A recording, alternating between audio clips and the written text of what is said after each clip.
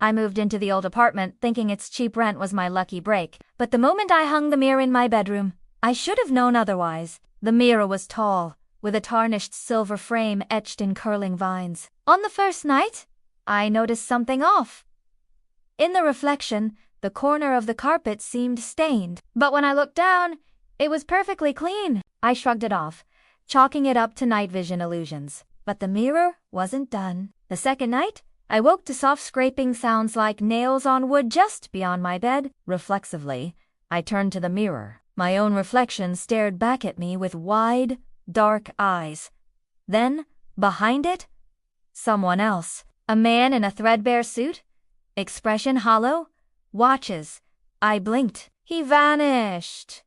Shaking, I pressed my palm to the glass, heart pounding. The cold was unnatural. As I pulled away, the mirror fogged right across the shape of my hand, etched in mist. Over the next days, I studied the mirror obsessively. I learned that its previous owner disappeared decades ago. The landlord mentioned muffled cries at night, but assumed it was the old pipes. Now I knew better. On the third night, I couldn't sleep. Midway through, the scraping returned. I dared to face the mirror in complete darkness. The man stood inches behind my reflection, smiling. He lifted a finger, a silent beckoning. My breath caught. Then, the scratching switched to scraping from inside the mirror itself. The glass rippled, like water. His fingers pressed against it, leaving pale prints spreading outward.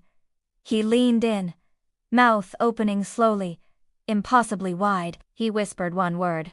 "Friend!" Paralyzed, I watched my reflection blur under his form. The mirror's surface began to peel, as if flaking paint. I felt a cold behind me, another presence in my real room. I risked a glance.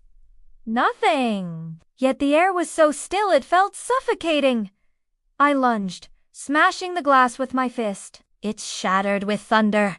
My scream echoed. I staggered back as splinters fell, sharp as daggers.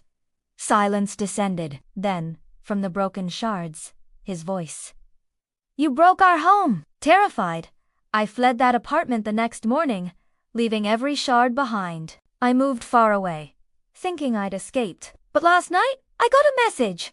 A photo of the mirror's fragments, arranged in a perfect outline on my bedside table. And in the reflection of the largest shard, I saw two people, me and him.